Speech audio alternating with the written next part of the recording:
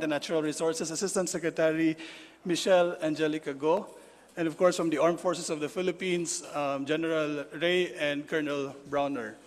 And also we have Assistant Secretary Felix Castro, our TFBM Field Office Manager, and of course Undersecretary Yano, who is here with us today.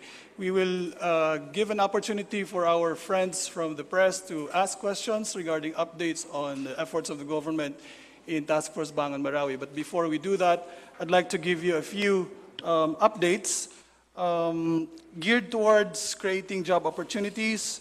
The Task Force Bangon Marawi, through its member agencies and partners, continue to provide livelihood assistance and training for the internally displaced persons and the returned residents of Marawi City. TFBM appreciates the gratitude given to us by our beneficiaries. We have an update. Let's watch this video.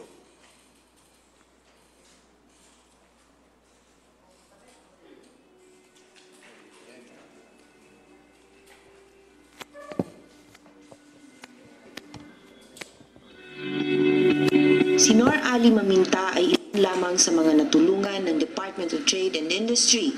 Una siyang nabigyan ng pagkakataon na makabenta ng bottled mineral water sa Diandi Fiesta Park sa Iligan City noong Setyembre taong 2017. Ito ay libreng ibinigay ng DTI, pati na rin ang pagrenta sa pwesto dito kung saan naglaan ng 50 stall para sa mga bakwit. Kwento pa ni Nor Ali, siya ay nahirapan na kumita noong una, ngunit sa kanyang pagpupursige at pagiging madiskarte, siya ay naging matagumpay na maibenta ang 4 na case ng mineral water.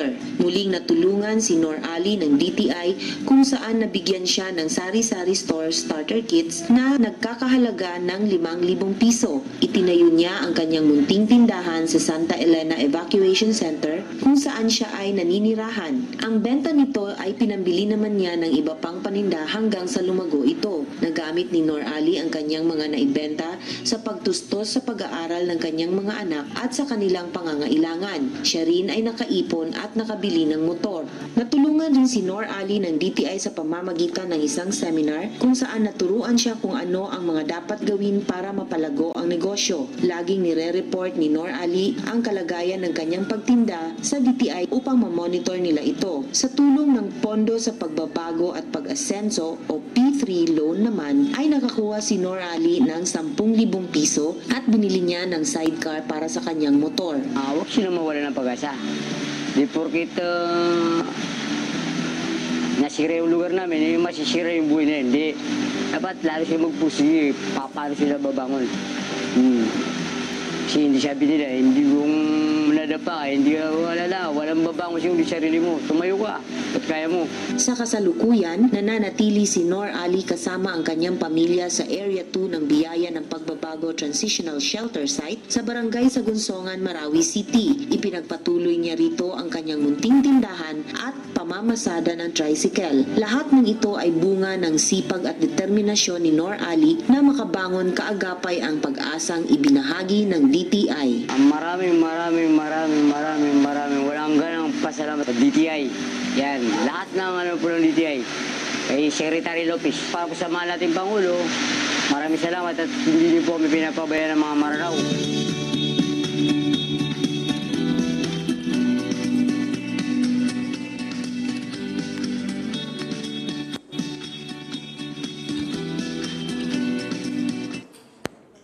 Thank you. We are also joined today by no less than the Secretary of the Department of Social Welfare and Development. Let us all welcome Secretary Virginia G. Orogo. Welcome, ma'am. And of course, I mentioned we are live on PTV now, and also we're streaming live from Facebook pages of all PCOO attached agencies, and of course, our Task Force Bangon Marawi Facebook page.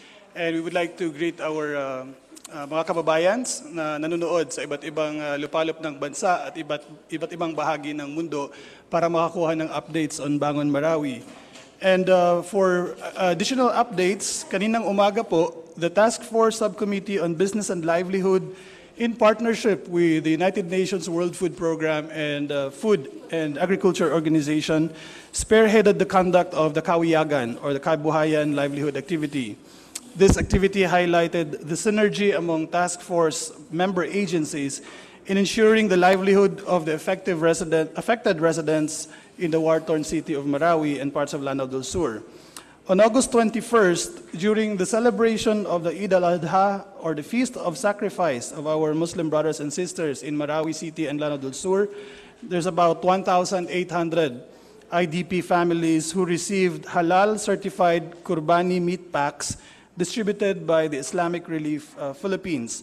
To ensure that local customs are adhered to, the organization followed a robust process in implementing the highest halal standard from the selection of the cows, including the slaughtering, packing, until the meat packs reached the hands of our Maranao families. On the other hand, the Department of Agrarian Reform, in collaboration again with WFP, is currently implementing its agricultural livelihood recovery support to the vulnerable small-scale farmers of agrarian reform communities in the city of Marawi. The beneficiaries of this program include the farm workers and fisher folks of the 15 identified agrarian reform barangays here in Marawi. These agrarian initiatives intend to support the livelihood activities of the conflict-affected farmers and fishermen.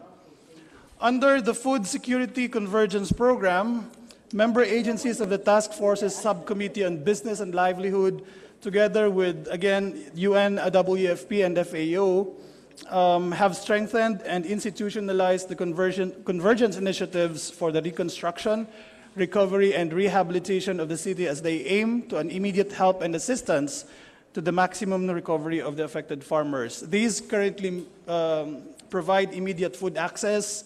There's also food diversity and balanced nutrition for the families.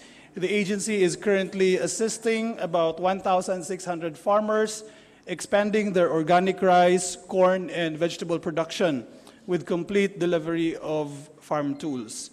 For DSWD, the department continues with their ongoing provision of basic social protection services for IDP families in the remaining evacuation centers and home-based tents.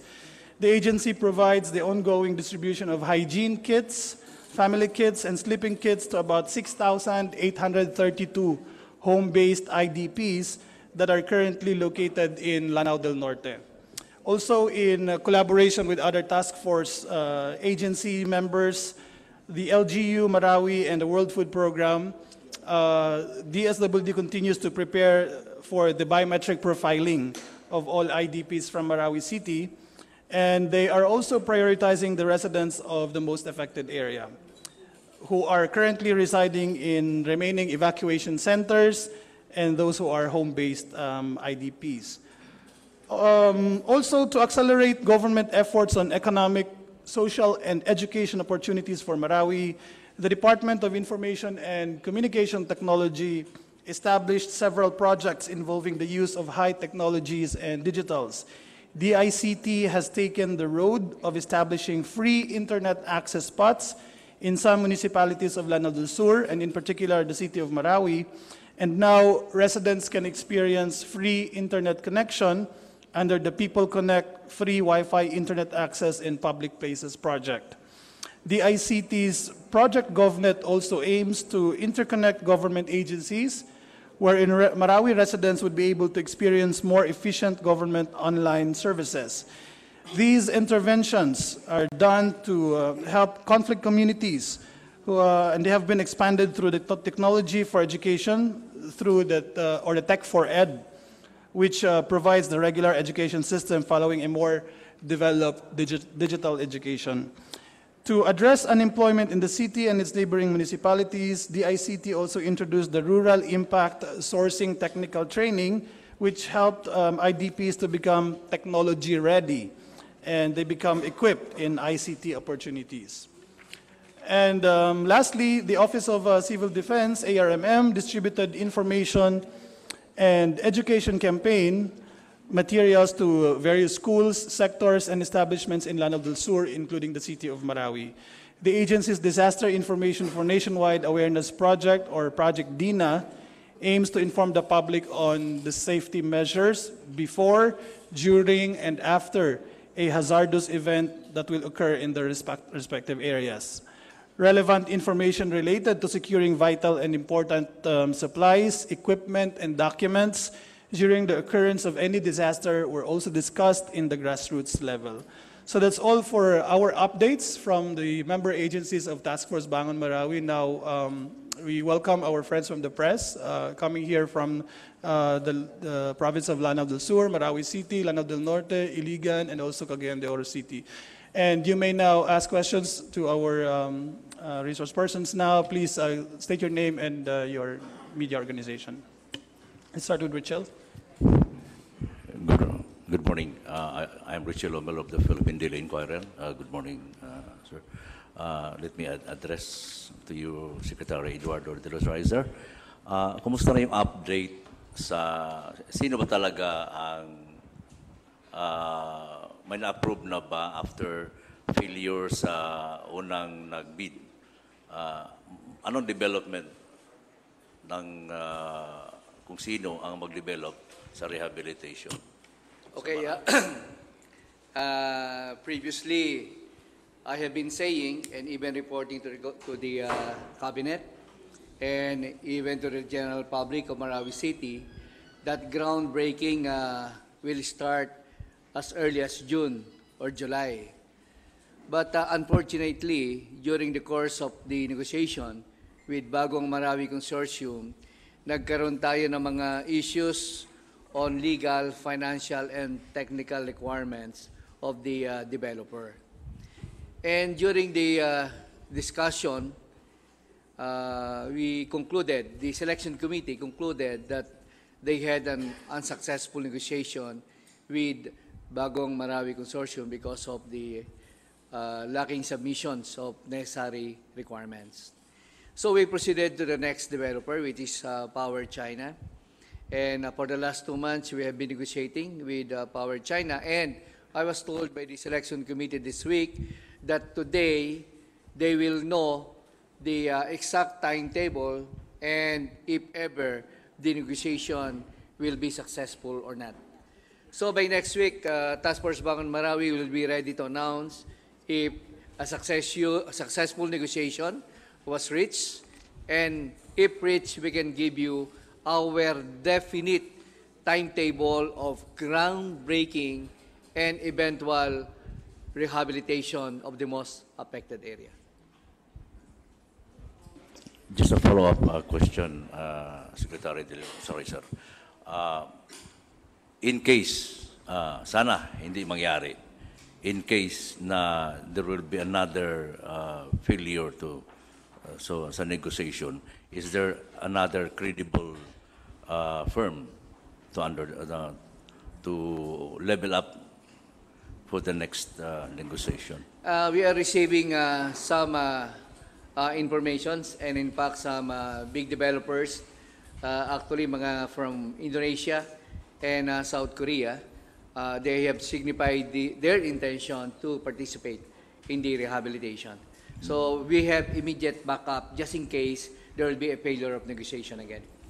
Ito bang Power China, Secretary? Ito ba yung yung contractor ng GN Power coal plant sa Kauswagan, Lanao del Norte? Most likely, most likely. Although sabi ni engineer, is confirming. Okay. Thank you, Secretary. Can I redirect my question more on security matters to General Ray? Sir, good morning. Sir, I've got an information na sarado mo na ngayon ang access to most affected area dahil sa ongoing excavation ng remaining OXO. Anong development, sir? How many unexploded bombs? Ano yung klaseng bomba na nahukay ngayon? At kailan i-reopen yung MAE for access to media and other organizations that would like to see the development, sir? Thank you. Thank you very much, Richel. Actually, the closing ng most affected area, it is because of the identification of the bomb entry along Mapandi Road and Lilod Road. So meron nakita doon na dalawang entry point of unexploded bomb. yun yung nire-recover lang. Kaya sinara yun because yun yung passage na binigay natin for the civilians to go, civilians going to Kapay, going to the first district of Lanao del Sur. So I presented this to the PPOC and the CPOC meetings, and it was agreed na they gave me 1 month to recover yung, kasi dahan-dahan kasi manually kasi nire-recover yon. Pag makuha na yon, we will open that again sa public yung Mapandi and Lilod Road. Yun lang yung reason bakit nagsara tayo ngayon doon muna. In terms of number of oxos na recover as of today, ilan na, sir? Sa ngayon, wala akong figure, sa exact figure of that. But ang masasabi ko lang na recovered unexploded bombs and IEDs, yung mga nakita above ground, yung mga pumasok beneath the ground, yun yung mga i-recover pa natin. And konti na lang yon. Sir, yung update, tinuloy ba yung pag-build up o pag-construct ng military camp sa itaas, yung malapit sa Old Capitol site? I'll just give the mic to Colonel Browner. Mas alam niyo yung issue nun. Thank you, Richel. As of today, we are still working on talking to the owners of the lots dun po sa proposed site ng ating military camp in Barangay Kapantaran. We have so far conducted dialogues with the owners and with the other stakeholders, and the general sentiment that we got is that they are in favor of the building of that camp in Barangay Kapantaran because of the emphasis on the security of the rehabilitation process. So, pabor sila, pero ngayon inaayos pa natin yung pagbili natin ng mga lupa dito. Thank you, sir.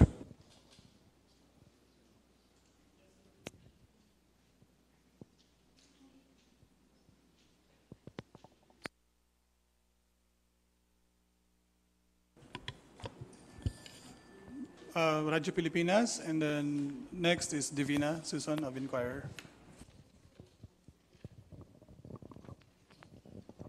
Hello.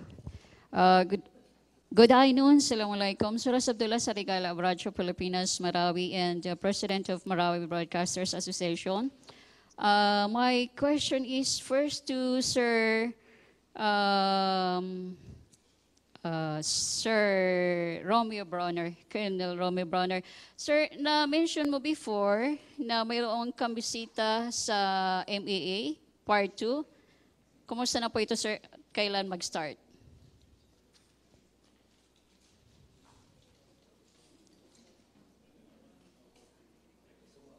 Sir Bronner.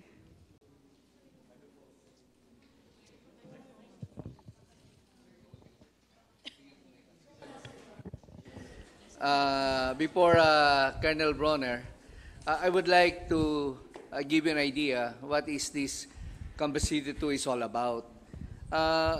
We find it necessary that before the start of the actual ground rehabilitation in the most affected area, to establish the meets and bounds of the individual lots with or without titles in the whole 250 hectares that compose the 24 barangays. So kailangan malaman muna natin bago tayo magkaroon ng debris clearing. And likewise, we have to establish ownership of the lots and the buildings. As of now, we do not know exactly who owned the lots and who owned the buildings. That is the very reason kung bakit magagawa tayo ng Kambisita 2, and it will start on September 10. There will be a workshop that will be conducted and spearheaded by the DNR. This will be headed by ASEC Michelle Go here. So all the agencies involved in the land resource management will be there to locate exactly the meets and bounds, the ownership, and also to estimate the cost of damage in every structure. Kasi may hirapan po tayo pagka nagkaroon ng debris clearing at pagbalik ng mga owners, nasan ba yung boundary ng aking bahay, boundary ng aking lupa?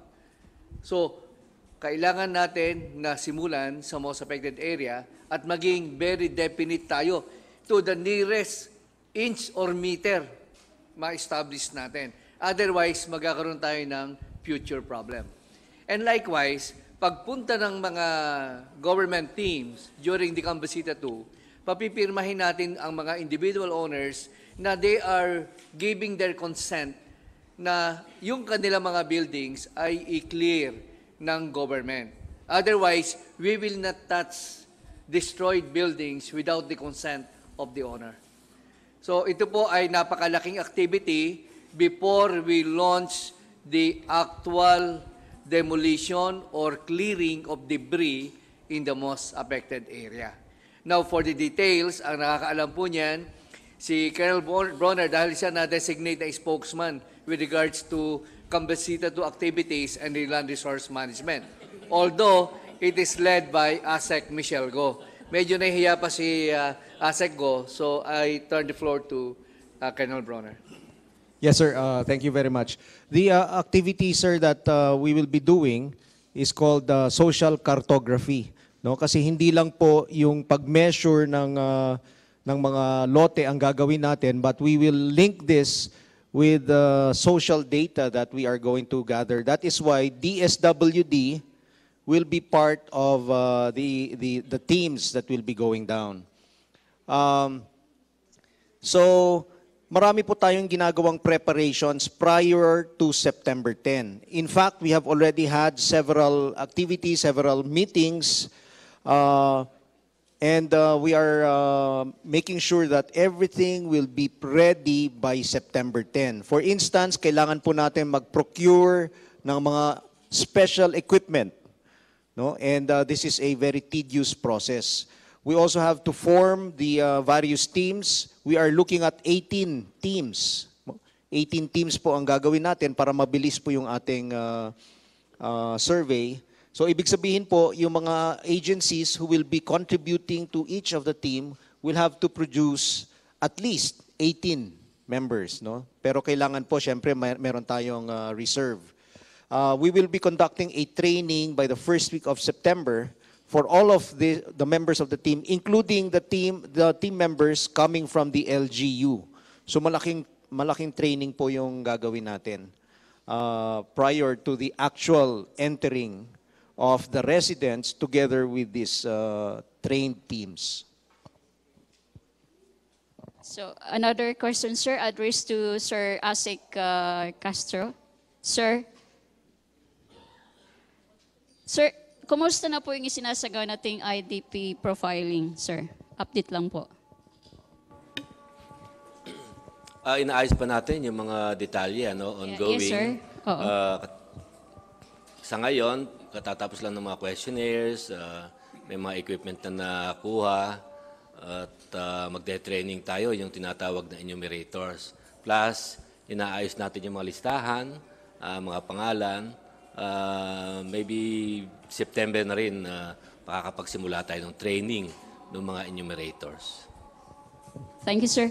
So, sir, Secretary Del Rosario, alam po natin na posible by December or January yung plebiscito for the BOL, Bangsamoro Organic Law. In case manalo ang yes and then the BTA will start, Bangsamoro Transition Authority, what will happen sa rehabilitation ng most affected area? Maapektuhan ba ito, sir? It will not be affected. Kasi ito, nakakasanato na programa ng national government. At yung ating mga gagawin nakaplansya hanggang 2022. For the rehabilitation ng most affected area, it will be until 2021. Of course, there will be a one-year transition, and during that one-year transition, we will define the responsibilities of the BOL and the national government, of the effects of the BOL. Thank you, sir. Another, sir, is yung mga IDPs from most affected areas or from the 24 barangays in the ground zero. Until now, meron pa rin mga IDPs na hindi po na-accommodate sa temporary shelter. Dapat din sila ilagay doon sa permanent shelter, di ba? Dapat sila doon sa permanent shelter. Meron na po bang naipatayo? Nag-start na po ba itong pag-construct ng permanent shelter, sir? As of now, yung IDPs natin na as evacuation center is about 817 families. There is now an ongoing construction in Site 2 as temporary shelter that can even accommodate 1,500. So we expect that all IDPs in all evacuation centers will be transferred to all temporary shelter by 2018 or by December. So by 2019, wala na tayong mga IDPs occupying evacuation centers. Now, with regard to the main question of permanent shelter, this afternoon we are going to meet the owners of the lot where the government will be buying and to be used as permanent shelter location. So pagka natapos natin yung negotiation this afternoon, in 2-3 weeks time, mag-i-start na yung site development of that 24-hectare property. Thank you, sir. My last question is addressed to the LG Marawi, of course, to our City Mayor, very good City Mayor Attorney Mahulosman ng Gandamara, and sa security sector, by September 22 na po ang barangay, synchronized barangay and Sangguniang Kabataan election, no? So gaano po tayo kahanda to make sure na maidaos po ang mapayapa at tiwasay na halalan. And then sa security sector, ready na po ba tayo? Alam natin ang Marawi, no, na meron po mga hotspots. So, kumusta po ang mga preventive measures to make sure na maidos po itong honest, orderly, and peaceful election? So, survey. So, yun lang po. Assalamualaikum. Maraming salamat po, ma'am, sa inyong katanungan regarding doon sa forthcoming barangay and Sangguniang Kabataang election this September 22. Before the scheduling of this election, nagkaroon na po na tayo ng public consultation with the different sectors of the society, especially mga stakeholders, the barangay officials, the affected constituents, and of course the security forces, the DepEd, and even the DSWD, para nang sa ganon na masigurado natin na itong parating na eleksyon ng barangay at saka SK ay hindi ma-disenfranchise ang ating mga kababayan na nais bumoto, nais magbigay ng kanilang fresh mandate sa ating mga leaders sa different barangays. So in terms of security po ay kami po ay naniniwala based on the assessment made by the security forces headed by the Armed Forces of the Philippines and the PNP, ay kami po ay naniniwala na itong parating na eleksyon ay magkakaroon ho tayo ng peaceful and orderly conduct of election. So, on the part of the city government, continuing po ang ating pakikipag-usap sa mga stakeholders, especially our barangay officials involved, na sana itong eleksyon na ito ay mapakita natin sa buong Pilipinas na maging peaceful. At ang ating mga kababayan, pinupuntahan natin ang mga different evacuation centers and even temporary shelters as well as different barangays at nagkakaroon ho tayo ng consultation. At sa in consensus ay gusto ho nilang magkaroon tayo ng election. Kaya po itong darating na halalan ng mga barangay ay sana po ay hindi lang ho ang ating gobyerno kundi lahat ho ng sektor ay dapat ho makilahok dito. At bantayan ho natin ang ating karapatang bumoto ng ating karapat-dapat ilagay natin dyan sa ating mga barangay. Dahil sila po ang pinaka-basic basic unit of the local government. At nakita po natin na sa kanilang participation ay naibibigay natin yung tamang serbisyo sa ating mga kababayan. Next, we have Philippine Daily Inquirer, Divina, and next would be Roxanne Arevalo from ABS-CBN.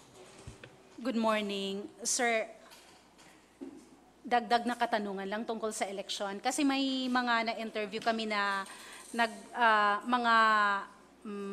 mga ideas or opinions na baka daw kunti lang yung makaboto kasi marami pa sa mga botante dito, mga residente, ang hindi pa nakabalik talaga ng Marawi at nandun pa sa mga malalayong lugar, mga home base, Kivale. Ano pong reaction niyo dito, sir? Well, sa akin po ay nirespeto natin ang mga ganong opinion. But based on the itong mga nakaraang mga services being done by the government, especially the DSWD, yung pagbibigay po ng mga ayuda, especially po dito sa Marawi City, nakikita po natin na talagang even those affected constituents na sa labas ng Marawi City ay pumupunta dito para kunin ang kanilang mga ayuda. The more that pupunta ho sila dito, kung sila po ay pagbibigyan na pumili ng kanilang mga leaders. And that is the consensus. I've been moving around the different municipalities and of course, itong mga evacuation centers. Pati ho dito yung mga temporary shelters sa Marawi City. Yun ho ang consensus. Gusto ho nila magkaroon ng eleksyon, magkaroon ng fresh mandate ang kanilang mga leaders. So wala hong imposible na hindi ho sila pupunta dito. Sabi ko nga ho sa inyo, series of yung mga ginagawa ng intervention ng ating gobyerno, ay makikita natin na pumupunta dito ang ating mga kababayan even from different faraway places outside Marawi City. So sinisigurado ko po ito na magkakaroon ho tayo ng wala ho ma-disenfranchise because they will be given the opportunity to choose their leaders this coming barangay and sangguniang kabataang election. And with that, sir, may we know, as of today, final number sa record ng LGU at saka DSWD, number of IDPs in the evacuation center or evacuation tents at ilan yung open or active evacuation tents or evacuation centers sa ngayon, Marawi and nearby areas? Doon po sa labas po, yung sinasabi natin na at least mayroong 800 affected households sa labas. And yung doon po naman sa base o ilang evacuation centers, I think the DSWD can give us the accurate information. Dito po sa Marawi City, mayroon ho tayong temporary shelters yung sa Gunsungan, and mayroon din ho tayo dito sa may Sarimanok, 1 and 2, and mayroon din po sa ibang areas in Gimba, pero these are minimal. So, mostly po ay nasa home base, nasa different places, nasa mga private houses. Thank you po.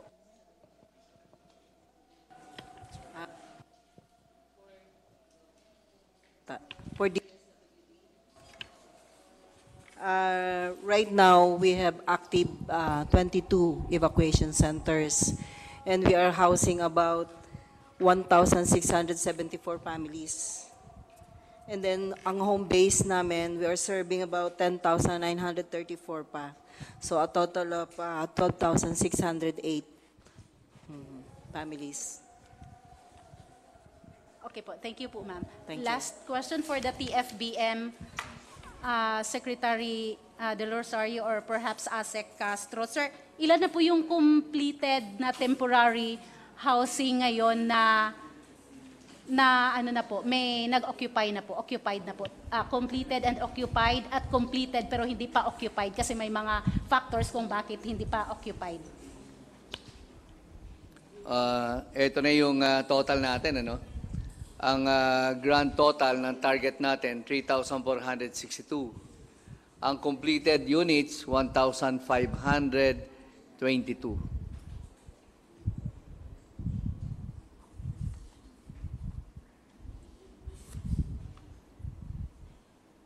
Yung data natin ng occupied, alam mo, si Asa Castro na magsabi. Yung pong sir natapos na ay 1,522. Ang occupied is 1,462. Ito ay involving sa Gunsongan, Matunggaw, at saka yung Angat Buhay Village, ano. Tapos sa Gunsongan may konti pang inaayos, that's less than 100, around 60 plus yata 'yon. May konting inaayos dun sa mga units at kinukuha na natin ngayon yung mga pangalan para yun fully na makumpleto na. At aside from that, yung ARM also may gustong ipagawa na 250. Of course, yung ating bugangan na 1,500 na units. So tuloy-tuloy po yon. O ongoing yung dalawa. Yeah.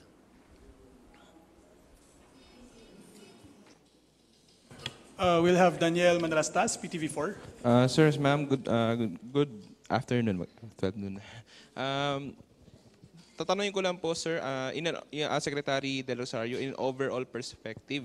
Sir, since in less than 2 months na lang since the President has declared Marawi's liberation, sir, kamusta na talaga in overall perspective yung development natin, and ano pa, sir, yung ine-expect ng ating mga kababayan sa Marawi na tulong galing talaga sa government? Well, actually, once the President declared since October na liberated na ang Marawi City, even before that, nagsisimula na yung early recovery interventions. And until now, tuloy-tuloy yung ating interventions, especially in the livelihood and in delivery of foodstuff and technical assistance to all IDPs. And by next month, the actual rehabilitation of the most affected area will start, and we will be having the groundbreaking by the 3rd week or last week of September. And ang in-expect natin dito at the end of the rehabilitation, makarecover totally, completely ang infrastructure, yung peace and order situation, and we have been saying that the overall objective of the transformation of Marawi City will be to attain 3 important aspects. That is, yun ang end state natin, magkaroon tayo ng good governance, mayroon tayong sustainable development, and a very peaceful environment. Kasi in our assessment, and maybe everybody will agree, that whatever we do here, infrastructures, kahit state-of-the-art, modern, it will become useless if there is no peaceful environment. So holistic ang ating approach from governance to development to peaceful environment. So yun ang makikita natin by the end of 2022, yung term ng ating presidente. So that's in the next administration, nakalatag na yung ating foundation so that we can have a sustained accomplishments and ensure that Marawi City will become competitive once and for all. Sir, masasabi ba natin, sir, compared sa mga nakaraang buwan na talagang malaki na yung naging pagbabago dito sa Marawi City? And hopeful ba tayo, sir, na matatalo natin deadline na sinasabi niyo kanina, 2021? Hopeful ba tayo, sir, na mas papapaaga pa, sir, yung pagtapos ng rehabilitation? Well, siguro naman makita nyo dito nung first quarter of 2018. Makita natin ang Marawi parang dead city. Pero ngayon, sobrang ng traffic. Pagka sobrang traffic, there is economic activity, there is movement of goods and services, movement of people. Marami nagpumapasok sa Marawi City, and everywhere you go, kahit saan ka tumanaw, makita mo ang buhay ang mga tao, merong negosyo, there is economic activity. So that is very important. Kasi doon magsisimula ang lahat para ang Marawi bumangon economically. At yun ang ginagawa ngayon ng lahat ng government agencies to ensure that this will continue and be enhanced. Sir, thank you po. Thank you. We have a guest from Japan, Rikyū University, who would like to ask a question. Okay. Ishii Masako. Maraming salamat po, and thank you very much for giving this opportunity for me, for a Japanese researcher monitoring this peace process and rehabilitation. I have one question to Secretary Del Castro regarding the securitization aspect. How you take securitization aspect into your rehabilitation shown plan, because one assessment why the multi-group had radicalized here is a penetration of the foreign terrorists like Malaysians and Indonesians. In near future plans of the rehabilitation, have you already discussed about the measures how you prevent the penetration of these sort of foreign terrorists? Yes, thank you very much. Thank you, Madam from Japan, who can speak Tagalog. Well, actually, as early as 2 months ago, the Armed Forces of the Philippines had already conceptualized